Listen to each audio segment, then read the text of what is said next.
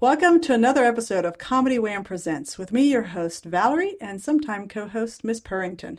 ComedyWham.com is your place to go for features about all Austin comedy. You can keep up with us on Twitter and Instagram at Comedy Wham or on our Comedy Wham Facebook page. Please rate and review us on iTunes if you're listening to this episode. In addition to podcasts, Comedy Wham brings you articles, album reviews, live shows, a live comedy events page featuring the best in Austin comedy in all its shapes and formats. And for the time being, we're also producing a show called Isolation Comedy, aimed at bringing live Austin comedy to audiences with a goal of raising money for comics in light of the closure of all of the paid stage work.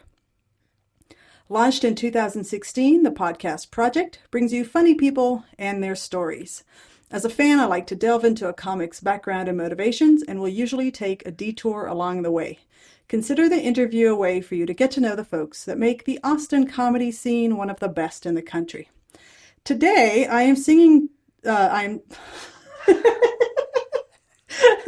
Today, I am sitting across a Zoom meeting room with somebody who has forced me to start humming Dancing in Front of the Library nonstop. He's also the host of the Black and Tan podcast. He's apparently a glutton for punishment. He's had 2 roast shows in his honor.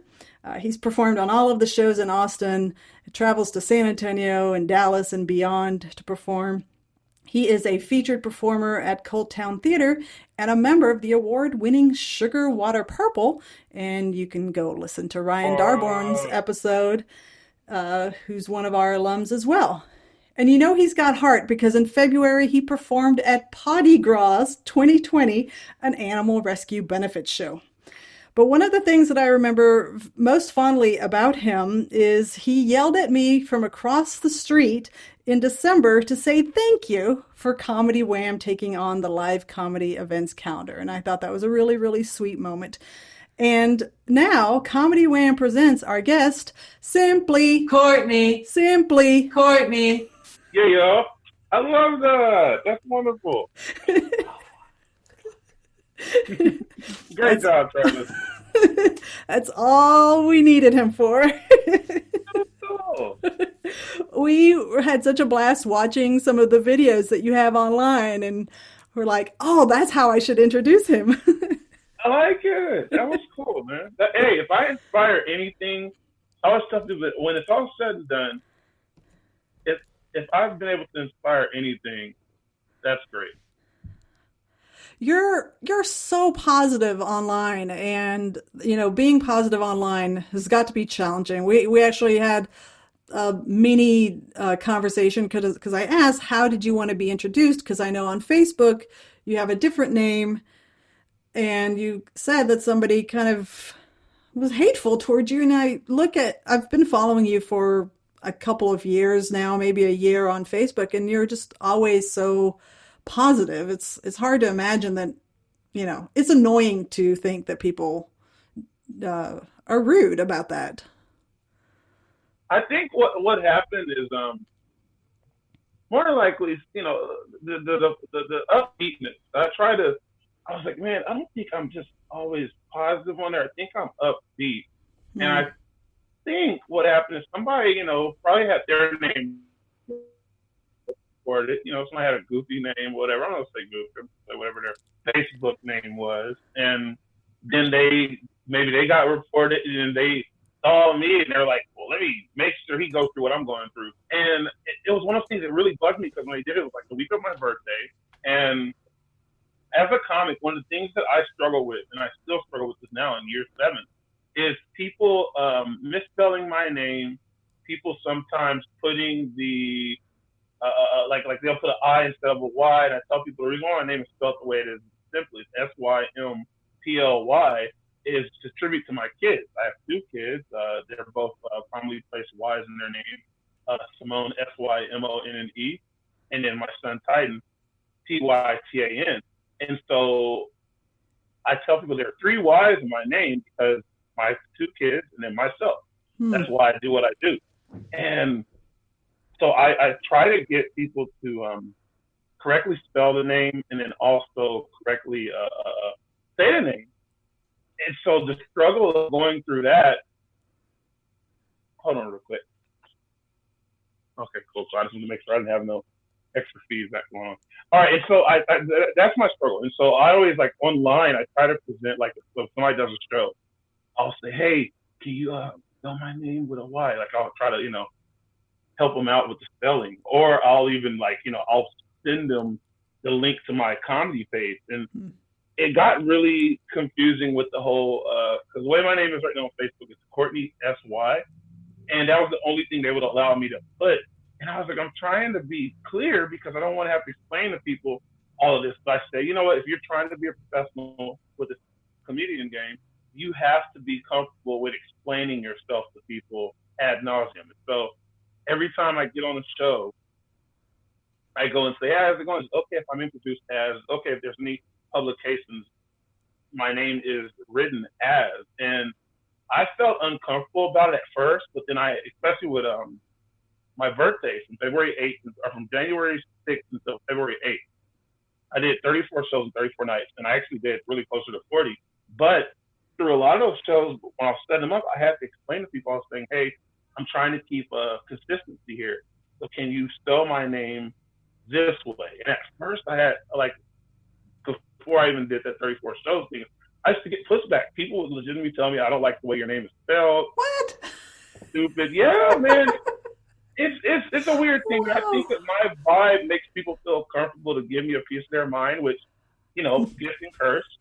But I would trip out because I'm like, dude, if I tell you to address me as a certain way, address me as a certain way, I don't see why it's a problem. And I, real quick, I'm straight a little bit.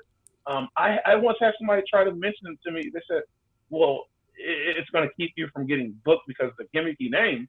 And I remember my response has always been the same. I was like, dude, if my name is what keeps you from booking me, then I probably don't need to do your show, your comedy club, etc. And I will say that to the day I die. Yeah. If that's what it takes to keep you from booking me at my performance, it doesn't trump that, then I'm not good enough to perform at your venue. Point blank, period. So my name holds me up. I was like, dude, we should be past the name. Jeez. Yeah, right. But right. that's my cross to bear, though. That's my cross to bear. Well, Symply, we, I guess, but yeah, I was just about to say, it is Symply, but if people who are looking at this episode, they're going to see the spelling, so we don't have to, shout it out. People just accept Symply for who he is. Okay, that's my requirement. Accept me. I have an official icebreaker question, and so Symply, tell us one word to describe your past.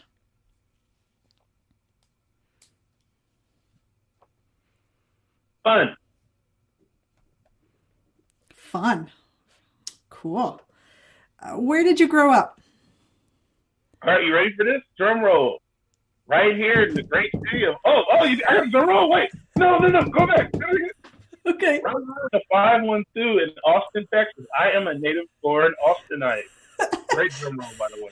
This is so crazy because I think I'm on a roll of like 3 out of 4 or 5 of my last comics that I've talked to were natives, which is really weird because for the first 3.5 years of this podcast, I can only think of 1 or maybe 2 native Austinites.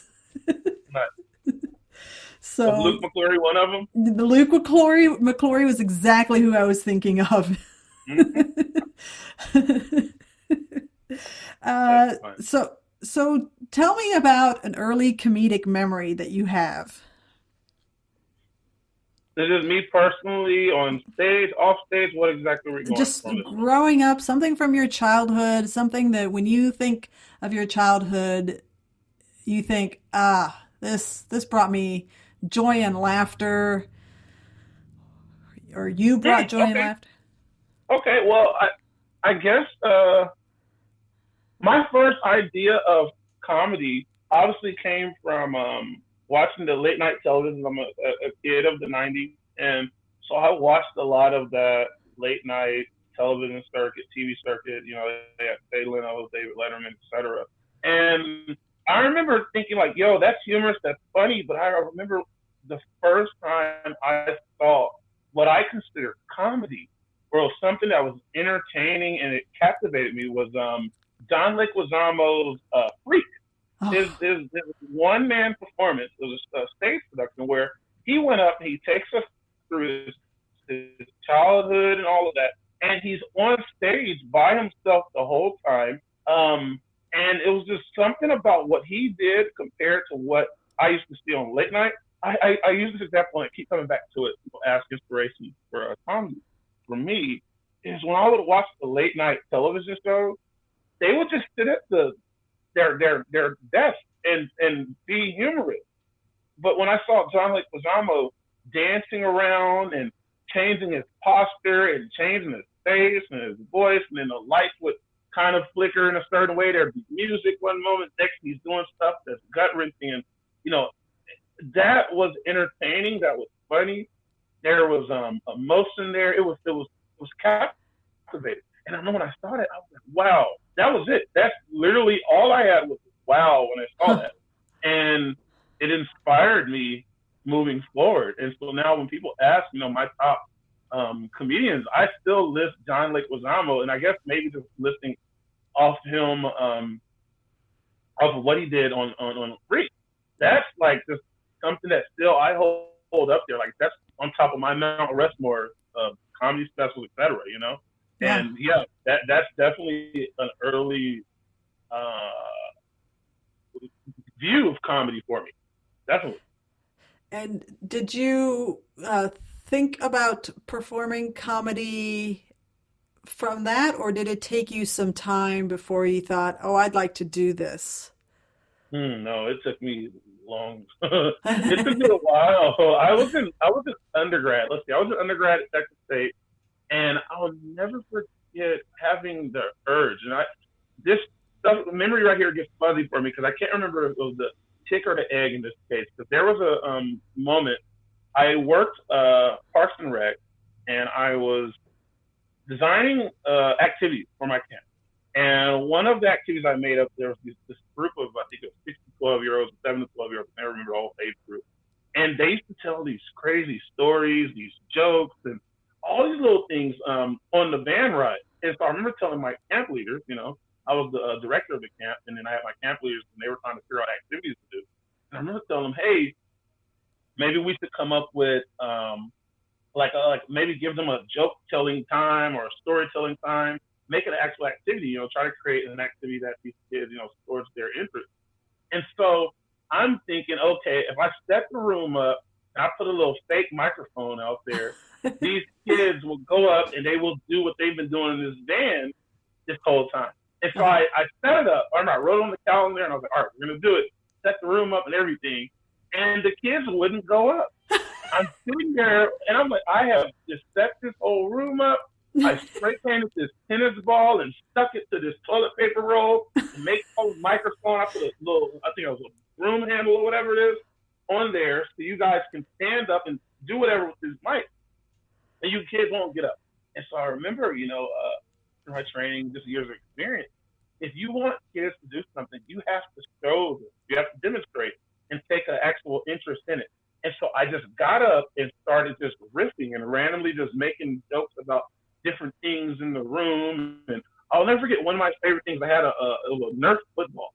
And I just asked the kids, I say, how do you play fetch with a dog with no legs? And I just dropped the Nerf football. That's it. It doesn't matter. It's not going to go anywhere. Kids were laughing, and it was so funny because that opened them, that made them get up, because next thing they wanted to get up and start telling jokes, and I was able to back away. And that became the way that we started that event. And what was so funny about it is whenever we started that event, we did like probably twice a week or so, I would go up and I was the icebreaker. And so I'd go up and I'd get them started. And it just kind of became part of my routine to where I would leave my office and go up there and start that activity. And I remember I had a staff member in there. Staff member was watching. Hey, you're kind of funny. You may need to try open mic comedy. And at this point, I had never heard of such thing. I'm like, open mic comedy, what's that? She's like, look it up. And so I go and look it up. And I found out Austin had, kind of a growing comedy scene here. And so I remember I made like little notations. I even bookmarked all of the open mics in town. Uh-huh. And I was like, I'm gonna go do this. And I had like three different tabs, and I was just like, yeah, I'm gonna do this. And so, anyways, that story happened, and then there was another one where I had this urge in undergrad. Yeah, this is back to undergrad. I had this urge where I wanted to get up in front of my big like stadium 200 plus people class and tell jokes. Like there was always this gap where my professor didn't come in, or got a late like 6 p.m. class on Tuesdays, where we would all be sitting in there waiting for the professor to walk in. And I was just always like, man, I want to go down there and I want to tell some jokes and see if I can get these people to laugh before this class starts. It was a long, I think it was like a long hour and a half class or so. And so I always had that urge. I never did it, but I didn't even know what I would say. Like, what would I do? What am I going to say? And so I remember those two feelings are very, very early on as Yeah. far as me looking at the idea of trying stand up. And it wasn't for probably another year. It was like almost 2 years that list of open mics in Austin set on my PC before I actually worked the courage up and the nerve to go and actually do an open mic. Wait. Why were you nervous or afraid to do it? Because it's scary. But you had this vision of doing something in front of 200 people. You know what? It's so weird. I to this day don't know where that came from. I feel like, because I know, and it was funny we brought up Luke McClory. I remember my ex-wife. My ex-wife was another person that kind of put the idea in my head.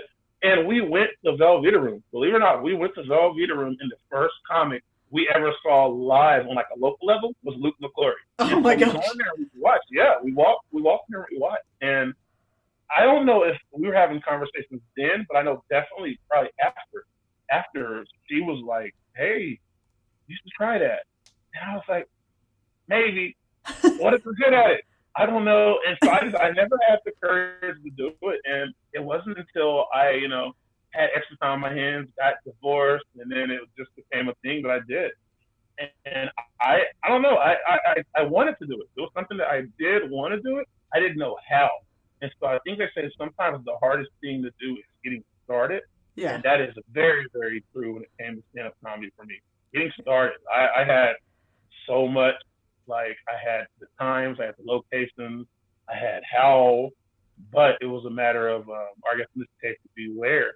And I was like, well, how do I do this? And so I slowly worked up the courage and got up there. And that's where I'm at, Cold Town Theater. That was that's my home club. That's the very first stage I ever got on back in November of 2012.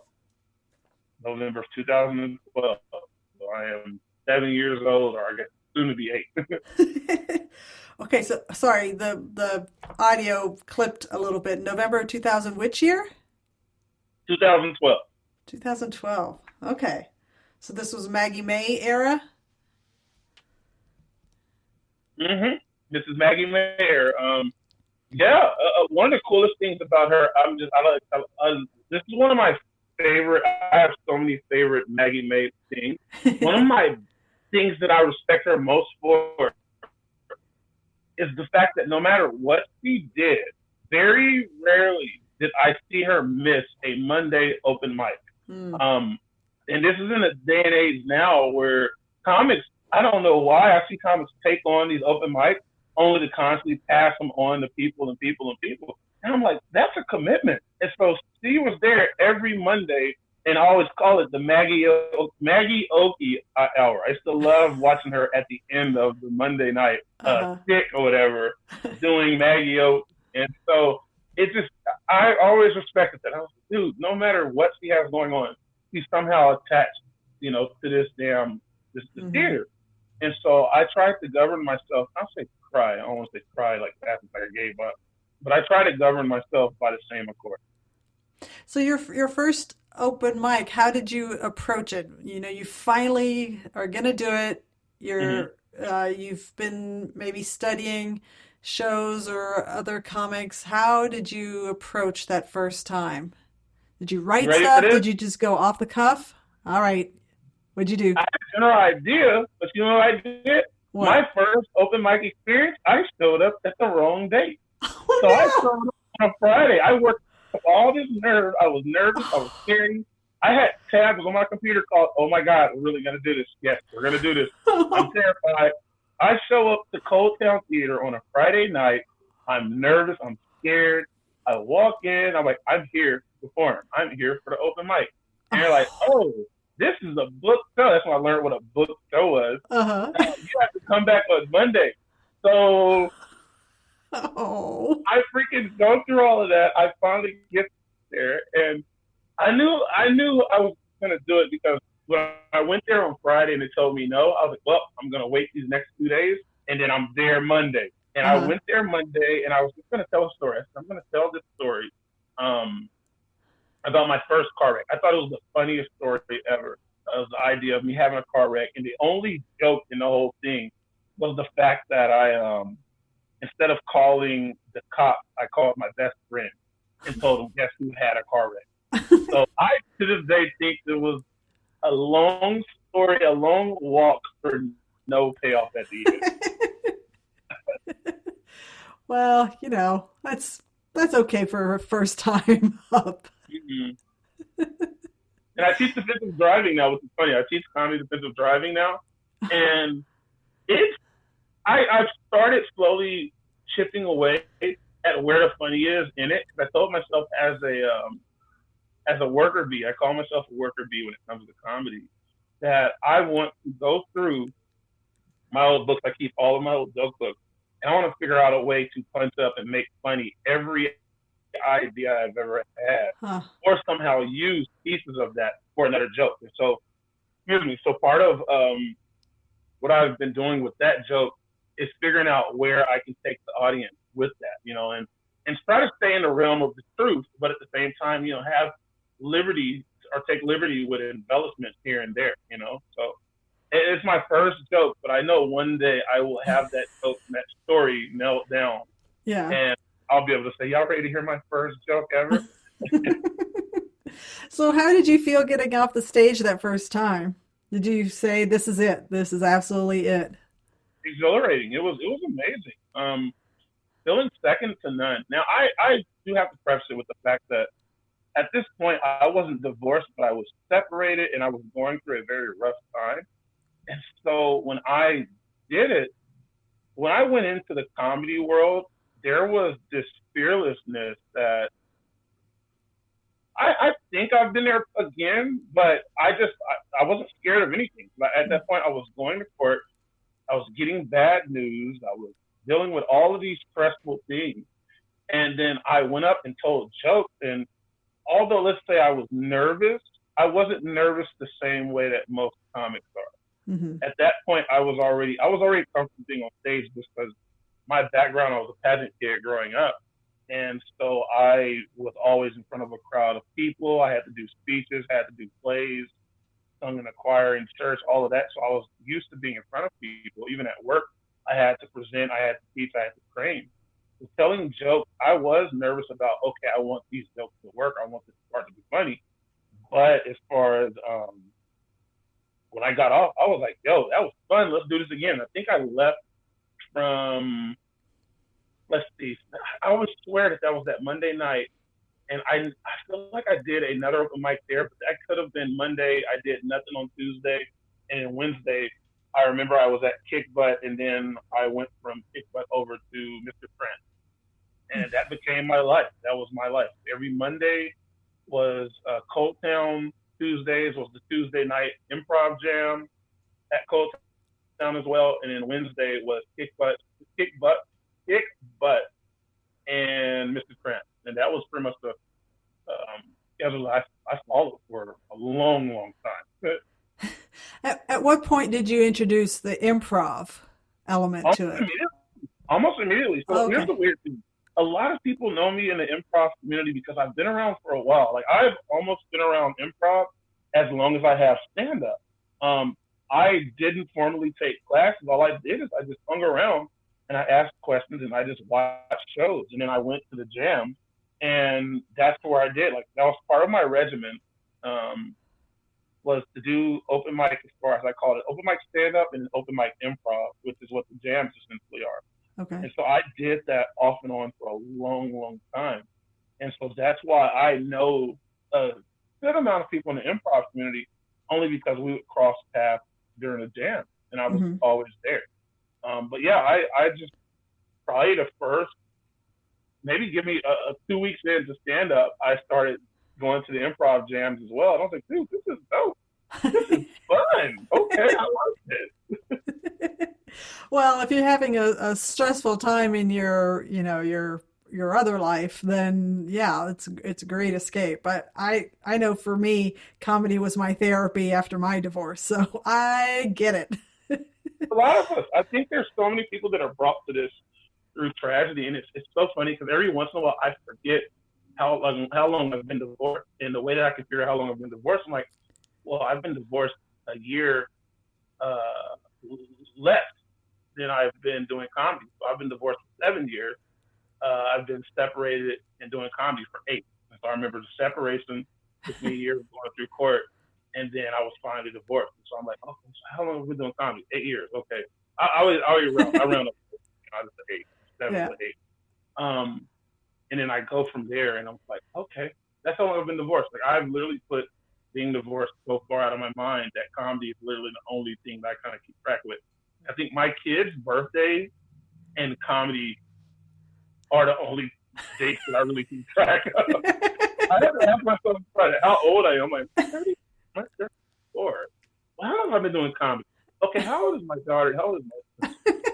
Hey, Carrie, well, what year is it again? Is it 2020? Okay, I got it.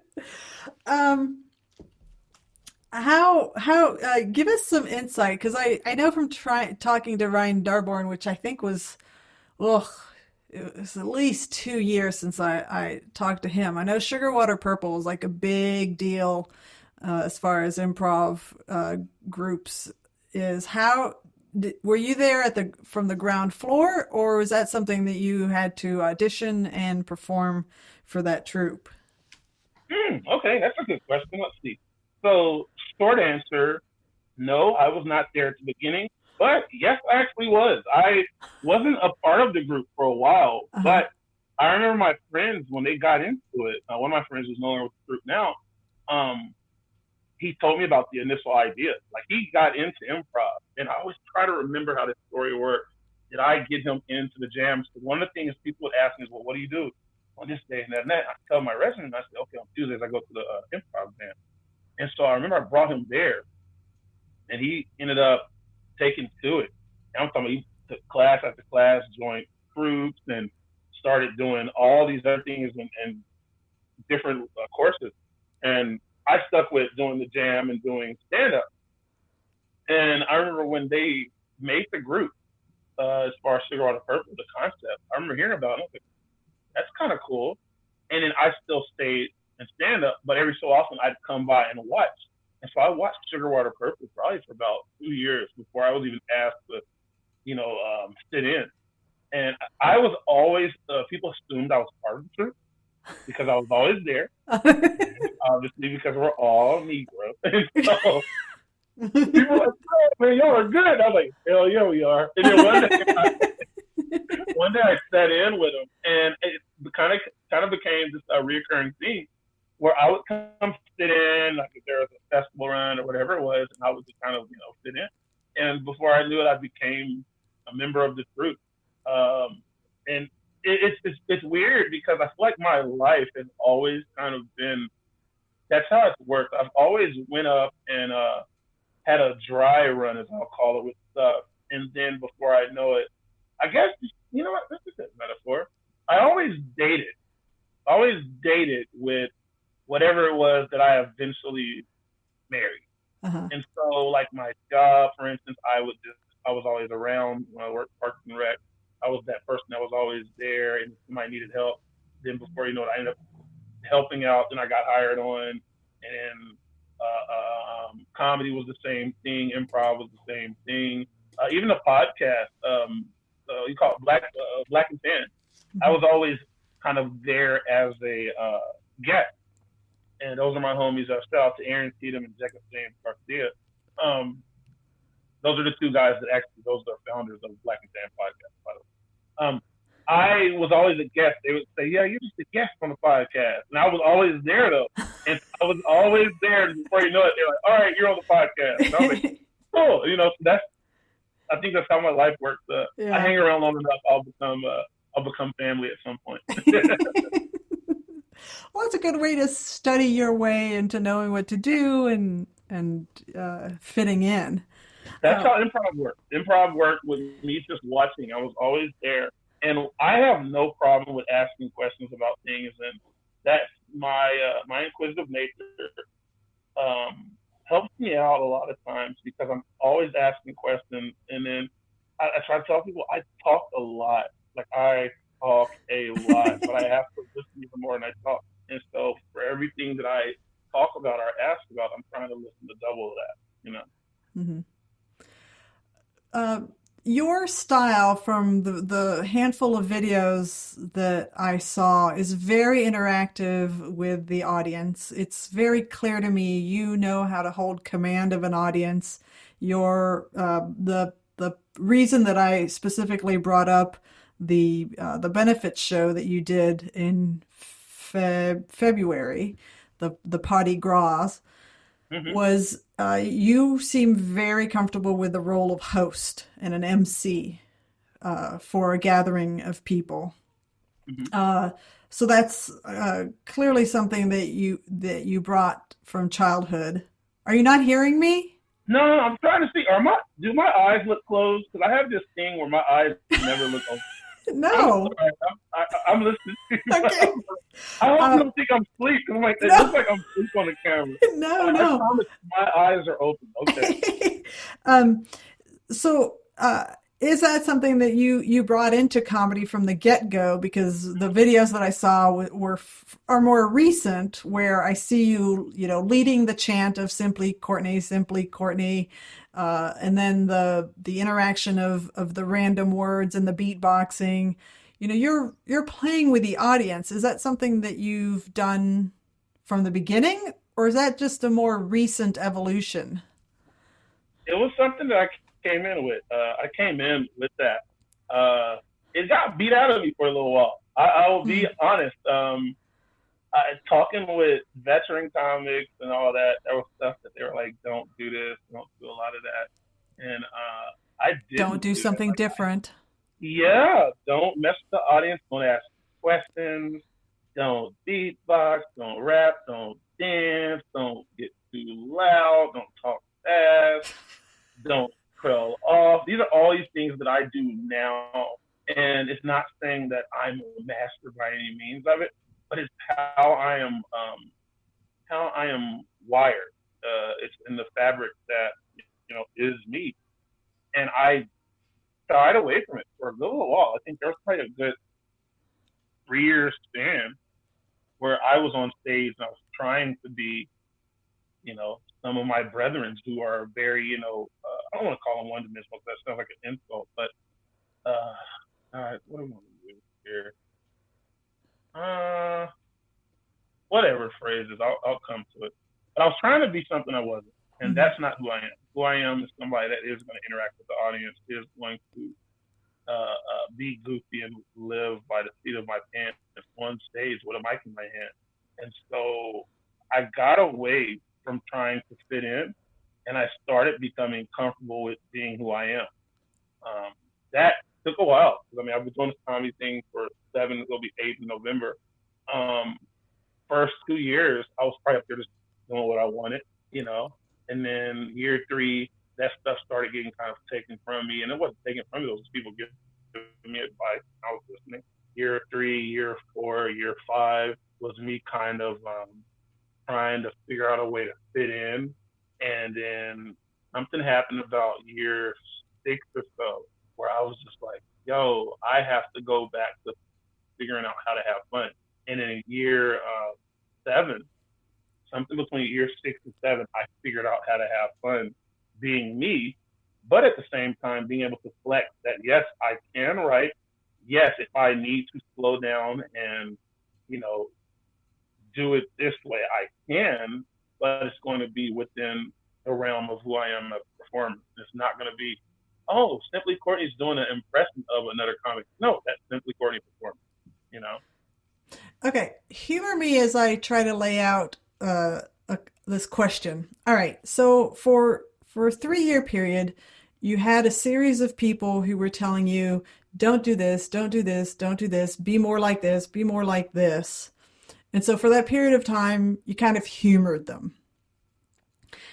Um, and you kind of answered one question that I was already thinking about. What did you learn from that experience? And what you learned was, some focus on writing, figuring out how to blend the who Simply is with some of the things that they were telling you to do. Um, do you do you think they were asking you to do things this way as opposed to the Simply way because they wanted you to learn to navigate some of these skills with who you are, or do you think it's kind of a Austin comedy culture thing that says, well, you have to do things a particular way in order to be successful in this comedy scene? I feel like both. I feel like both. Early on, I was rebellious, and I would see people doing things a certain way, and I wanted to be different.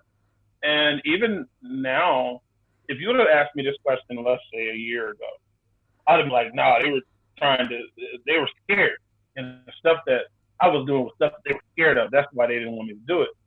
Now I'm looking at no, they were coming. I feel like 90% of the people that I was talking to at the time were coming from a good place, and they Mm-hmm. were trying to help me, and they actually did.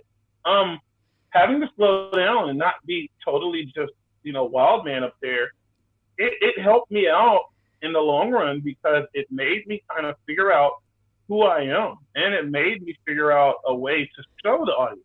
The harder part is to show the audience who I am, and one of my favorite comics, and I know everybody says this, but I always use Jay White Cotton as the example, and I'll even throw in Aaron Keaton because I think they both, for me, they serve the same purpose.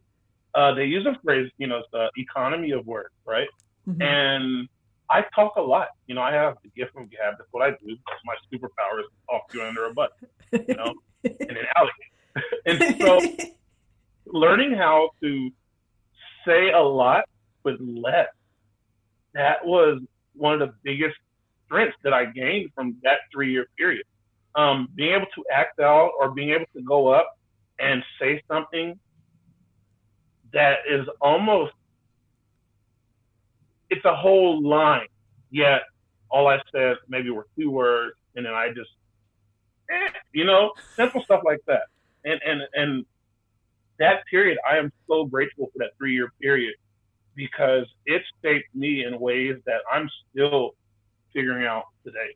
Mm-hmm. Like I am literally scratching the surface of all that wisdom that was bestowed on me, to say it that way.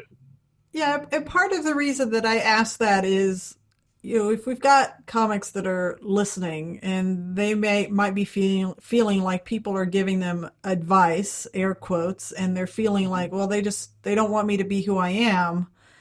I mean, you're a very likable guy. I mean, you're just very approachable, very friendly. So I don't imagine anybody was giving you this advice because they were trying to, tear you down. It came from a good place, hopefully, most of them. It came from a good place. And so it really was a matter of sometimes you have to suffer through those 3 years of Yeah, trying to do other things because it teaches you to be stronger as yourself when you come out of it because you've learned a few other skills that make you stronger.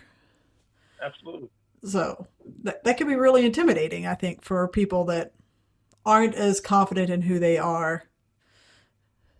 Coming in as an older dude, that was one of the biggest things. And I Mm. agree, by the way. Coming in as an older, you got to think, when I started comedy, I was 20, God, I was 26, 27. Had 2 kids, had been married, worked full time, ready to graduate college. I had all these things going for me, and I was a middleman. manager. And so you coming up and talking to me and telling me how to do anything, I'm like, what? Why you're a delivery man. Shut up. Like, you're doing the same poopy open mic that I'm doing. If you don't comedy, I'll holler at you. Then I'll listen. But I had to check a lot of that because I have to understand, regardless of I don't know. I think now where I'm at, I'll just go where I'm at now. If anybody gives you the time of day to come up to you and talk, sometimes even if it's negative, just be happy that they're even taking the time out to respond to you. Like I look at, I use Facebook kind of as an example. I think Facebook is a really cool case study that when people see your post, they have three options. They can see it and just move on and not do anything about it, or they can go in and they can like just do a quick little, I think it was five, we have 5 reactions, right? Excuse me. Thumbs up, heart, laugh, angry, sad, right? So they can do one of those 5 reactions to it, or they can go in and they can leave a comment. They can do one of those 3 things. Anybody that takes time to do one of those last 2 in real life, I'm appreciative of it. As much as, sometimes we don't want to hear the criticism. Sometimes we don't want to hear the negativity. Anybody that takes a little bit of time to talk to you, I'm somewhat appreciative. Now, am I taking everything to heart? I'm getting better at not doing that. Before, everything you said, if it sounded negative, I was like, get the hell out of here. I don't want to deal with it. Kiss my ass. But now I'm in a spot where I feel like, you know what? That information that they're giving me may not register, may not make sense right now, but maybe somewhere down the line, I'll be able to look back and go, whoa, I see where they were coming from with that. So I don't know. It's a place of who you are. I feel like I've been blessed to be around a lot of talented people being in this Austin comedy scene. And as much as I sometimes bemoan, the circuit, I call it the circuit, the revolving door of, the same styles of comics being presented week in and week out. I appreciate being able to have an eye on what is passing as, excuse my words, why is it here, as good on stage, is what we'll call it. And so because I can watch and then I also can talk to people about it, I appreciate it. It's a weird give and take. You see a lot of the same stuff, you're like, ooh, wow, they're laughing at that. Okay, but then also you see something, you go, holy shit, that was funny. I'm glad I was here to see that. And there's people that will tell you to your face sometimes, holy shit, what you said, this one joke you said, that was funny. And so I feel like if I were to close myself off and never give anybody a chance to say anything good or bad, I'd miss out on those holy shit, that thing you said was funny moments. Yeah. I feel like for younger comics, man, take it. Listen to everybody if you can. Now, don't listen to everything everybody says and try to make that your mantra because you'll go crazy. Trust me, I've done that. But try to listen.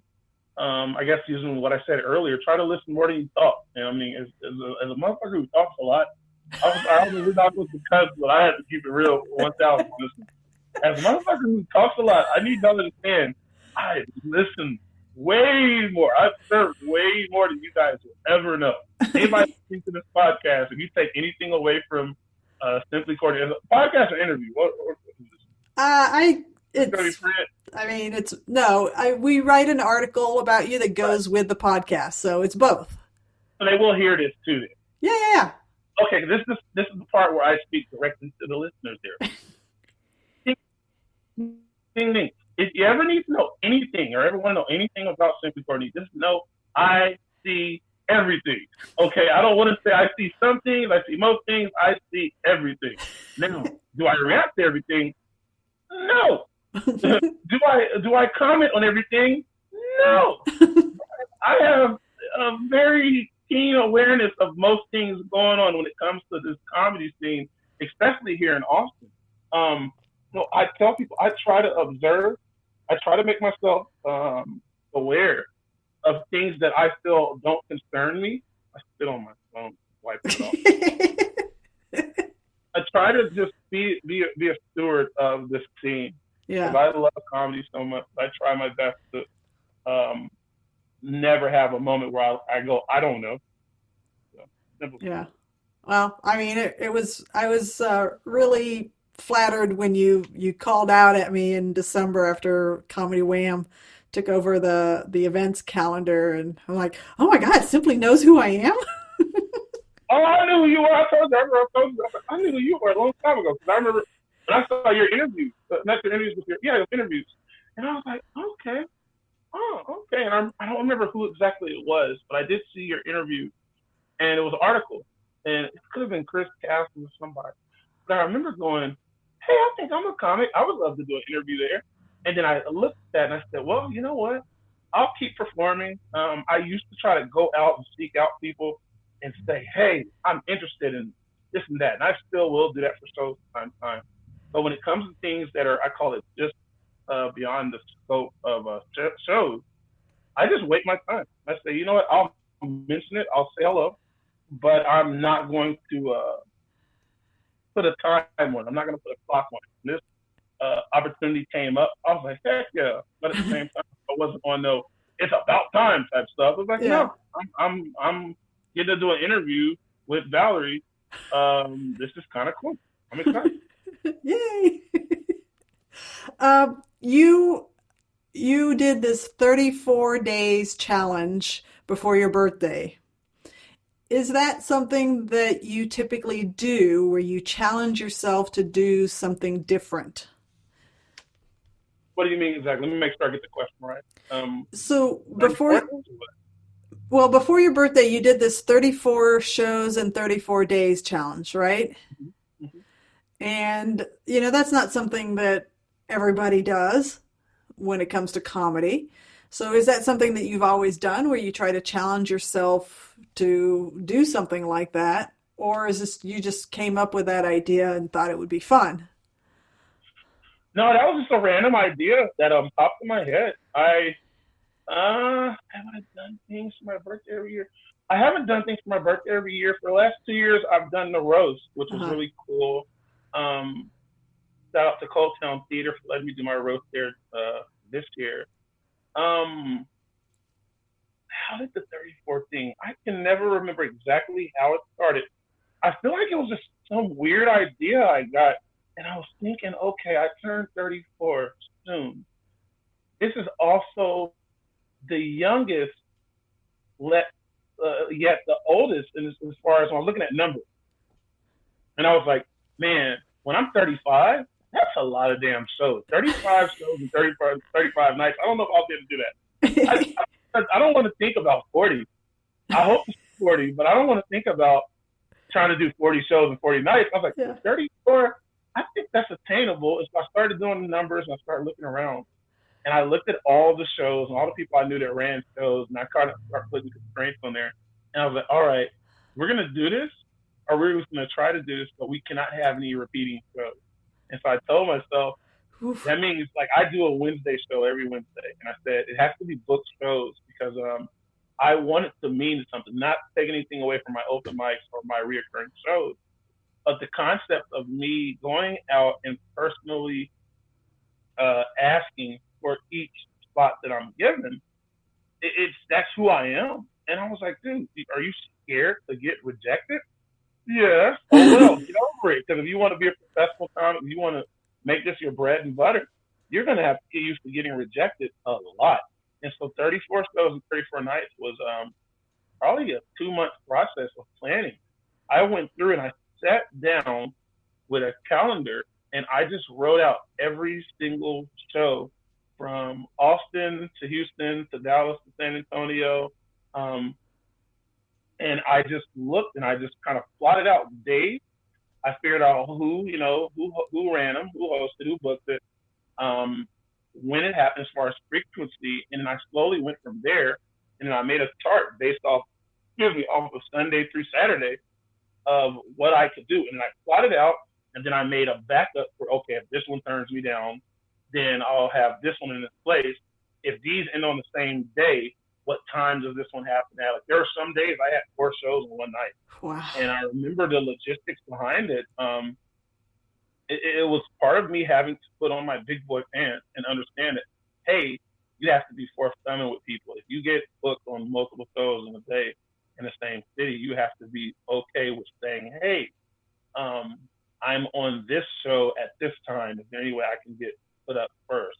put up second or third, or hey, I'm headlining this show, but it's going to be after these shows. There was little things like that, and so it made me really look at planning. And I had never done a lot of that for that, so there were so many little lessons that I learned doing 34 and 34, and so I really don't think I've ever done anything close to that. I've done it just by accident, like not 30 shows in 30 days, but I've probably done maybe a string of 12 straight shows in 12 days or something like that. That was Mm-hmm. obviously because I had like 3 shows in one day and things were just clicking. Yeah. But yeah, 34 and 34, I think I counted there was probably like I think it was either a 16 or a 17 where it was a show for every day. And I felt it. How happy were you at day 35? It's weird because I, God, man, I had so much going on during that. I don't know if you got to see, like, I was kind of chronicalizing everything that was going on because I wanted to make sure that if I saw something I had said it so I could look back on it. In a hindsight, I guess in a retrospect, I'm glad I did because right now with this whole shutdown thing, Mm-hmm. riding off of that has been amazing because I've been able to look back and go, man, it sucks to not be performing right now, but look what I did. Look at that. Yeah. Look at um, I don't remember 34, 35. How did I feel on 35? I totaled my car New Year's Eve. Oh no. Yeah, I totaled my car New Year's Eve, and so I was fighting to do these shows, but at the same time fighting to go through the process of insurance and all of that. And so I was distracted.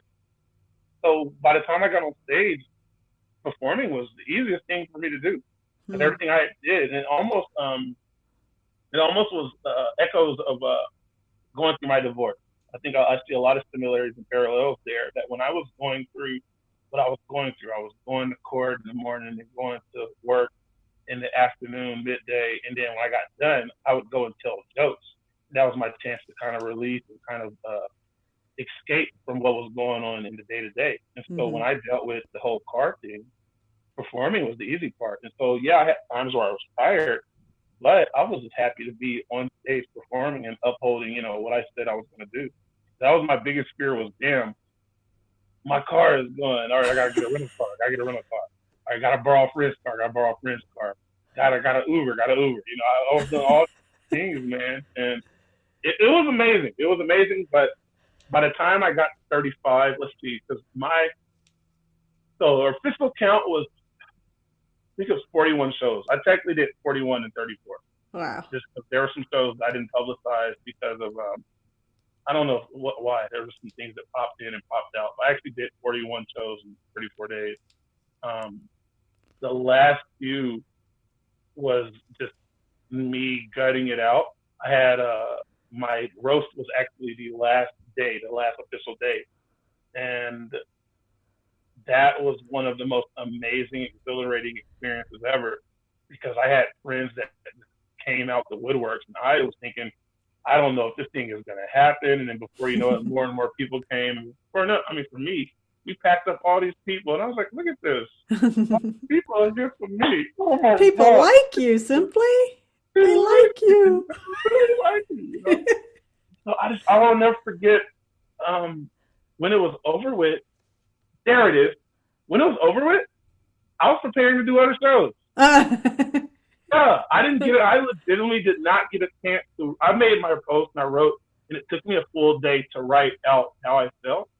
But I was preparing for other shows because my February was busy as crazy. Like not even just off of the 34 shows and 34 nights.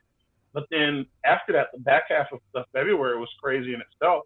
And so I never really had a real chance to sit there and look at it. But I did a good enough job of talking about every show as it was coming up and then recapping afterwards. And so it was one of the things that it'll probably take me a long time to really sit back and look at that. Will I do it again? I don't know, Valerie.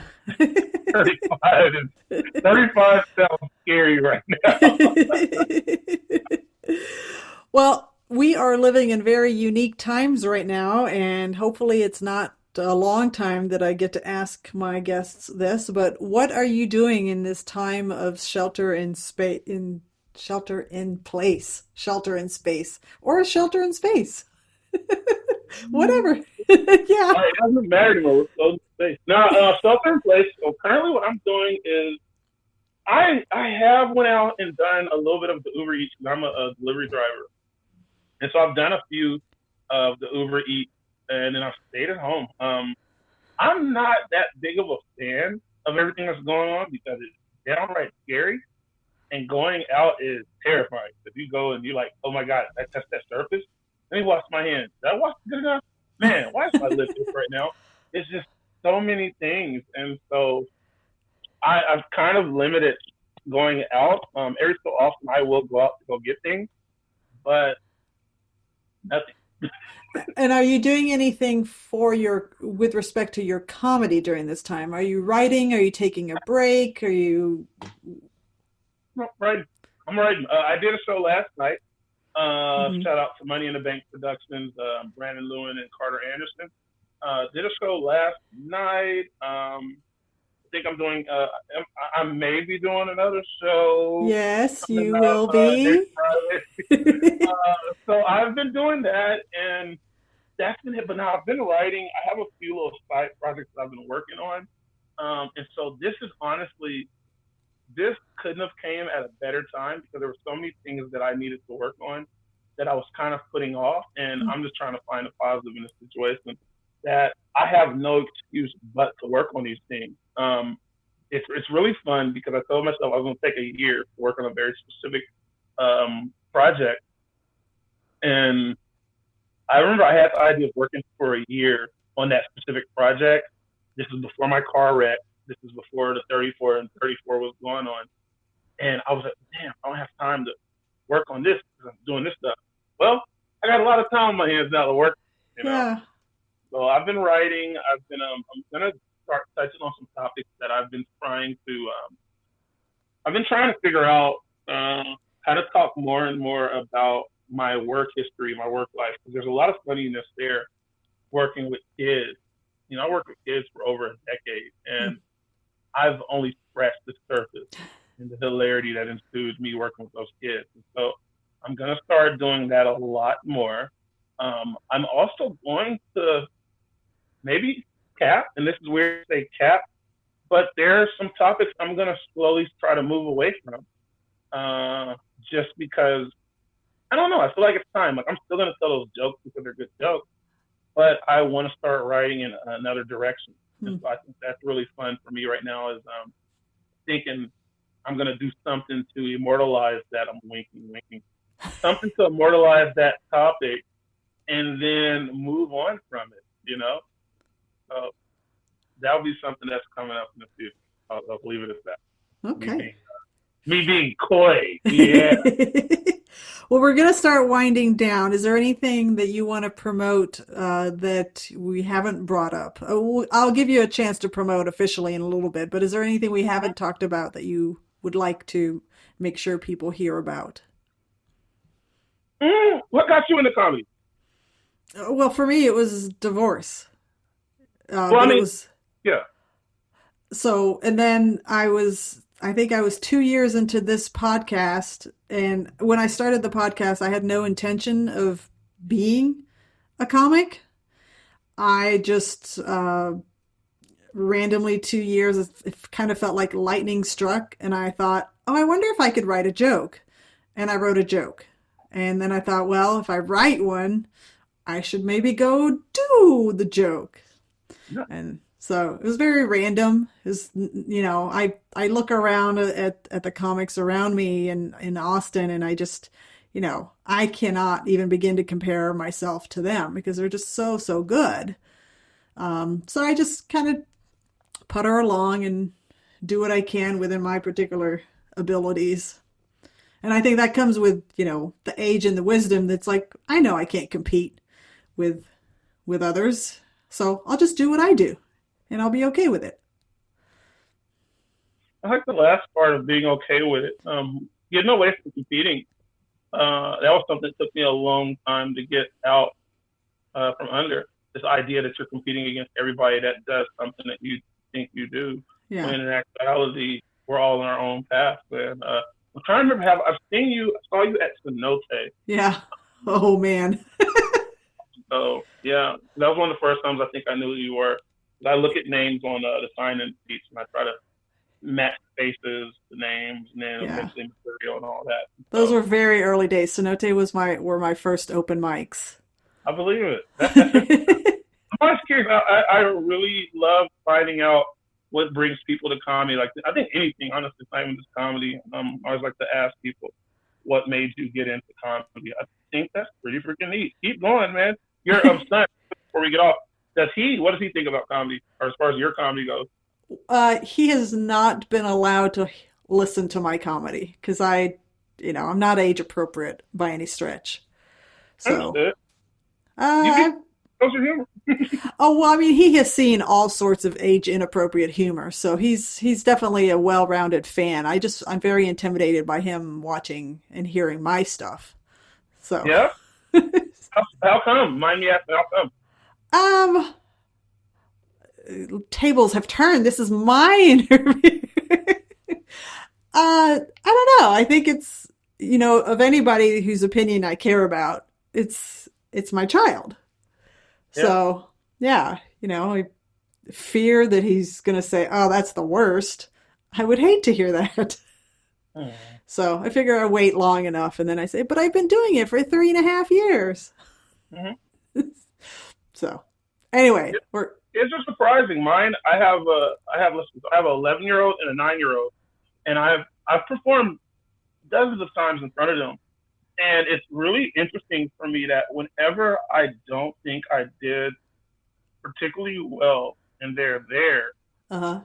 I've either had them tell me themselves, which just happened recently in court at a show, or I've had other people come and go, "Yo, your kids were laughing Oh. performing, or they clapped when you were done."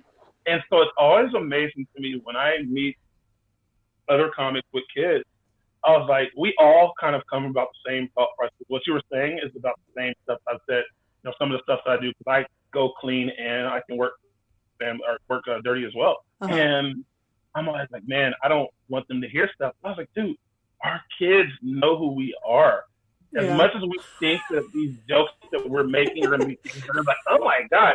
They're like, nah, that's about right. Like they make, oh my God. But then they're just like, yep, that's on brand. That's on brand. So that's so cool. How old is Travis? I'm just asking. 13. I thought so. It was 13, 14. Girl, he knows. I know he knows. He knows. You'll be so none be surprised about. He's like, that old story. Tell the whole story, Mom. He leaves parts out. He's gonna be able to fill you in on some nah, this is what really happened. This is a show that I would pay to watch. I would pay good money to watch comic kids talk about their parents and the things that we leave out because we're trying to play a role. And Uh-huh. I'm throwing stones at myself. Don't feel like I'm throwing stones at you guys. So I had a joke that I edited my joke because my son was listening. He's a prominently placed. He's a figure in this joke, and because he was there, I watered the joke down, and the joke didn't go good. Oh. And I remember thinking about it, I was like, "You better tell that damn joke the way it happened, because you ain't all you doing is bombing." Uh-huh.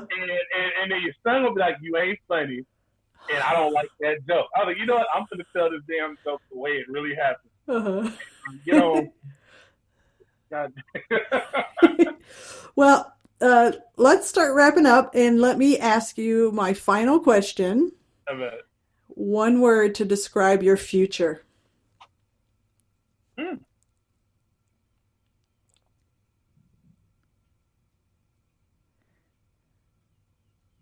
Family.